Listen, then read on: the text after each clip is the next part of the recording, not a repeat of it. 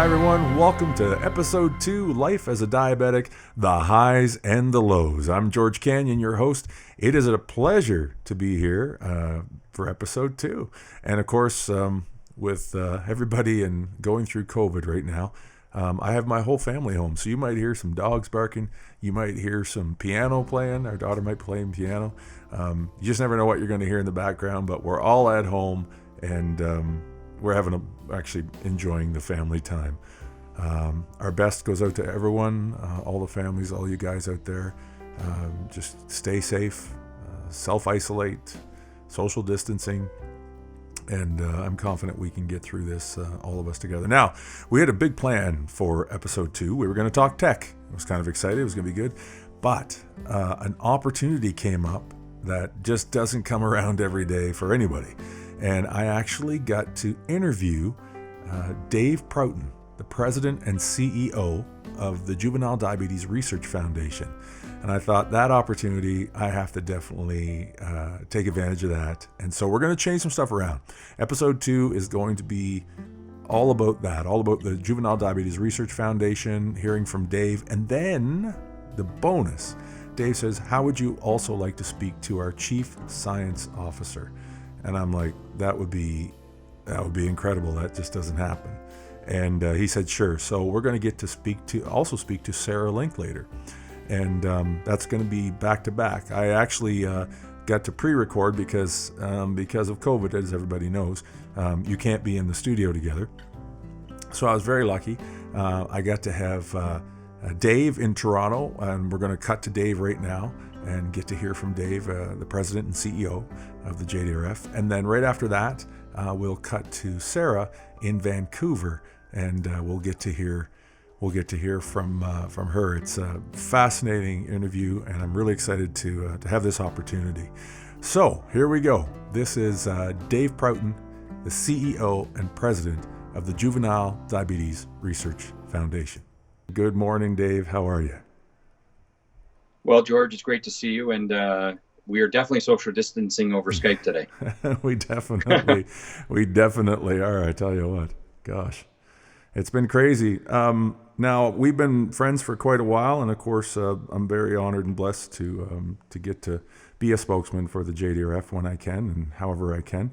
But I thought maybe we could talk a little bit today. Let's talk about the good stuff first, and then we'll talk about COVID. Let's talk about what the JDRF, where it was and where it now is and where it's going, because it's very exciting, a lot of the research you guys are doing. Yeah, George. I mean, it is really an incredibly exciting period for people with type 1 diabetes. And I think of it in a couple different places, right? Mm-hmm. The technology's come along so far. Insulin pumps, continuous and flash glucose monitors, right? Like all the technology is just making life easier for people to manage. And I think what it also means is the care that can be provided can be better because, you have just way more points of data. So what's great about that is that more people are getting it. Frankly, what's frustrating about it, though, is not everybody can get it, right? So JDRF's working hard to improve access for people because everybody in Canada should have access to these amazing technologies that can make life safer for people. And then, when you look out a few years, I'm really excited about things like stem cell work where, we could give people a new source of insulin, and imagine freedom from type 1 diabetes, right? That would just be remarkable.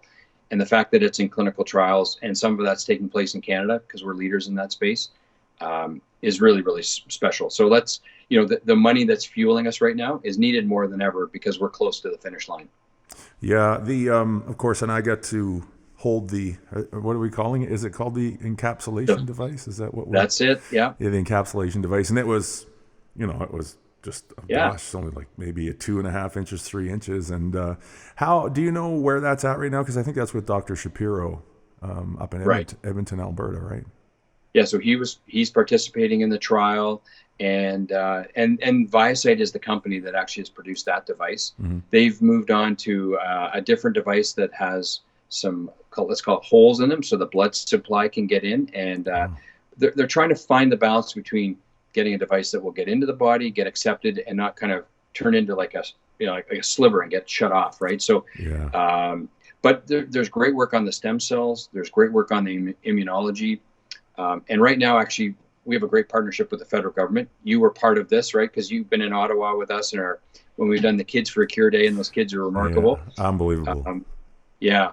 But CIHR, the Canadian Institutes of Health Research, are a terrific partner, and we're investing right now, and we're running a competition right now for the researchers on more stem cell work. So, oh wow, really? We're pretty excited. That's fantastic. Yeah. That's a great idea to have a competition, because it gets everyone fired up a little more than just going in and research, and have a little contest.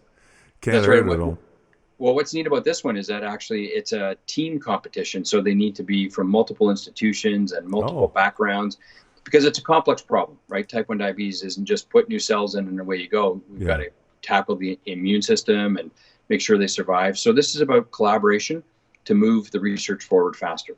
So we're actually pretty excited about this approach, and they're big grants. So each team would get $3 million or up to $3 million. So that's amazing. That's fantastic. Good grant. Yeah. Which of course then leads us to the next point, and I guess a big point of contention is we have to fundraise. We have to continue to fundraise, and with COVID and everything that's happening, that's making things challenging. Yeah, there's no doubt, and I think the charitable sector's concerned for sure. But what I would say is the type 1 diabetes community is very powerful, right? They galvanize behind challenges. Like type 1 diabetes is a challenge, and they tackle that every day. So, we're looking at repurposing our walk and looking at virtual options, because maybe we can bring everybody together and do a pan-Canadian rally, right? And have literally coast to coast to coast participation. And we think, it'll be different, but it could be equally powerful, right? And we want the community to feel like we're here for them and we're rallying together.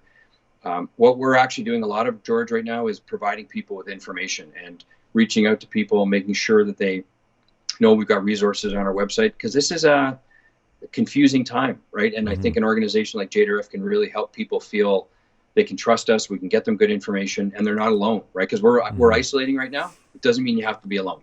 No, and that's the great thing, especially with, by the grace of God, we have social media and we have all these incredible internet services that are letting us do stuff like this, but we can take it to a whole different level. Correct. And that's what everyone's doing around the world right now. So that's good. That's good news. And hey, maybe this grows the fundraising arm even bigger. Maybe this in the future, when we don't have to social distance, God willing, soon, we'll still be able to have this as a part of the fundraising arm, and maybe it'll bring in more money. We can get to a cure faster. Yeah, I mean, we're going to make it through, right? I mean, at the end of the day, JDRF is an important organization, and I think everybody wants JDRF to survive and thrive. So we're going to be here, right? And we're going to bull our way through this, and we'll need support for sure. But I think if we can be creative, other people will be creative right behind us. And if somebody, they're listening to the podcast or they're watching the vlog and they want to be involved, they want to help out, they want to learn more about the JDRF, what would you encourage them to do? Local chapter, or go right to the website, or what would be the way to do it? A great starting point right now would be to go to jdrf.ca, right? And then you can get in, especially right now, I'd say, because you can get information on things like our walk. Yeah. And you can also go in, we've got coronavirus information there. So, you can go and explore. And then if you want to reach out to a local chapter, all the contact information is there for depending on where you live. Oh, that's fantastic. And that's going to be so helpful and useful for a lot of type 1 diabetic families and type 2 as well, that might be wondering what's happening and what they should be doing. I know as a type 1 diabetic, it's right there in the back of my mind. Even though I'm in the best shape of my life and great health and about to turn 50, someday you'll turn 50 and you'll know what I mean. Oh, I'm way past that, George. Yeah, way past I'm just teasing. But it is there. It is in the back of your mind. If you have type 1 diabetic children, you're wondering, excuse me, what's that going to look like? What do I have to be careful of? And having more resources than not having enough is vital right now. So the JDRF.ca. Correct. Okay, JDRF.ca. Thanks so much, Dave. This has been a real treat for me, and I don't get to usually interview people, so I've just been loving it. And we hope to have you on in the future again once the world gets through this COVID thing, maybe for an update. That'd be great, and thank you for everything you're doing to help the community, George. It makes a big difference. My pleasure, pal. We'll talk to you soon. Stay safe with your family. Yeah, you too. Bye. Bye now. CEO and President of the Juvenile Diabetes Research Foundation, something that has been near and dear to my heart, that group of incredible people. Well, since I was diagnosed as a type 1 diabetic, it's been a long, long time. And the work they do, and also including other type 1 diabetics, Max Domi, also doing a lot of great things for the Juvenile Diabetes Research Foundation. So, like I promised, I don't know if anybody heard the dogs barking in the background, but we're all here, we're all at home, and my studio is at home as well. We have another interview. And this was, I mean, hey, an old dog learns new tricks all the time. And let's just say, I'm just getting it ready here. I learned some stuff today that I had no idea, and it got me all pumped up and fired up again. And that's what we need to do. That's part of the reason this podcast is happening and is going to continue happening, God willing, is to encourage each other, encourage type 1s and type 2 diabetics, especially encourage children with diabetes to really engage and control their diabetes and live their dreams. And there's so many people out there doing such incredible work, and the JDRF are one of those incredible groups. So right now we have the Chief Science Officer from the Juvenile Diabetes Research Foundation, Sarah Linklater, and the quick interview that I got to do with her today out in Vancouver. So we'll get her started right now. This is Sarah Linklater, Chief Science Officer, JDRF. Good morning, Sarah. How are you? Good morning. I'm well, thank you. How are you? Doing great. We got to have a little chat with Mr. Dave Prowten, and he sends his regards, and we're all social. This is really social distancing because I believe you're in British Columbia? Yes, based in Vancouver. Yeah, and Dave, of course, down in Toronto. So thanks so much for taking time to join us here on the Life as a Diabetic, the Highs and Lows podcast. We're just getting it started, and we're elated to have you guys be a part of episode 2, because the JDRF is a vital part to me of being a type 1 diabetic. It has always been, and of course for type 2s as well. But getting to talk to you is really cool because you're going to get to talk and tell us about where things have kind of been and where they're going in the world of treating diabetes. Okay, yeah, I'd be delighted to talk more about that. Where should we start? Well, when my nanny was a diabetic, she had to boil her needles and pee on a strip, and there was no blood testing or anything. So, I mean, things have definitely changed since then. What's one of the biggest advancements you've seen over your time with the JDRF? So I've only joined JDRF about a year ago as Chief Scientific Officer. And before that, I came from medical journals publishing, where I was seeing the field from the view of a medical editor. Wow. So I've seen the field from a few different perspectives. And in joining JDRF, I have been overwhelmed by how the organization is really directing the field of type 1 research and sort of defining where the cutting edge is and advancing it and accelerating it all the time. It has been a fantastic year getting to know the organization and the research that they're funding. Wow. So the most exciting advances in the past year, I think, first of all, are in the area of type 1 diabetes prevention. There was a fantastic clinical trial published in the summer last year that showed that a drug called teplizumab, which is an immunotherapy drug, when given to someone that's at high risk of type 1 diabetes, it can prevent the onset of the disease by 2 years compared to people that receive a placebo. Wow, 2 years. So this was the first real evidence we had that we might be able to stop type 1 before it starts. That's amazing. And in terms of people at high risk, this was done through a network called TrialNet, which is focused on screening family members of someone with type 1. And we know that there's biomarkers in the blood that can tell us when someone is very likely to develop type 1 in the next 1 to 10 years. So that is who they focused on that particular study. And we know that if we had a way to screen many, many people, that we could maybe identify those at risk and treat them. So that's very exciting. That's very exciting. I mean, that's something I never thought would even be possible. Because, I mean, my nanny had it, so they say every second generation, I think is what they were saying back when I was 14. And that's how I ended up getting it. But then there was word that no, because I had a trauma and I swam in stagnant lake water, which may have had a certain bacteria, and this may have caused type 1 diabetes. I was like, look, at the end of the day, I have it. But to be able to screen and say, you're at the highest risk and you may get it in so many years, and we're going to take all these precautions. That's fantastic. Yeah, I mean, the big question is still what causes type 1 diabetes. We still don't know. And we know that there is a family history component, so there's some genetics involved. Mm-hmm. But at the same time, at least 90% of people that are diagnosed don't have a family history. It comes out of nowhere. So certainly there is an environmental component, and that probably varies from person to person. It's not always the same. So JDRF is also funding a lot of research that looks into what are those environmental triggers and how do they interact with our genes to result in the type 1 diabetes diagnosis. And you said 90%? Around that, yeah. It depends on which country you look at, but there is obviously a huge environmental component. And because the incidence of type 1 diabetes is going up globally by around 3% per year, and in Canada, more like 5%, there's something in our environment that is causing that increase. And we don't know what it is, but it's really urgent that we find out, because that will just continue to increase. That's crazy. I had no idea. And I'm a type 1 diabetic. You think I should know these things. And that's the great thing about the JDRF. When I got to hold the encapsulation device that Dr. Shapiro and the team out of Edmonton are working diligently with, it blew my mind. I had no idea that kind of tech was being worked on. And you're getting, of course, to see that every day and hear lots of stuff that you're probably not allowed to share as well. Well, there's no doubt that area of the field, so we call that beta cell replacement research, is also extremely exciting right now. And in the past year, there's also been some very important advances. For one, researchers are working hard on creating beta cells, so the insulin-producing cells from stem cells in a dish. There's now a lot of research to say we can do that, and we just need to perfect that recipe to ensure that is working as well as a normal, healthy beta cell.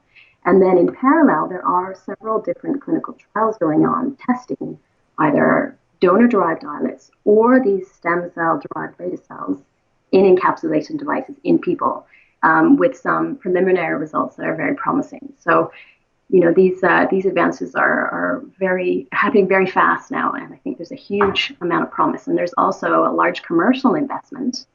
So this is not just in the academic realm anymore. There's a lot of companies working on this.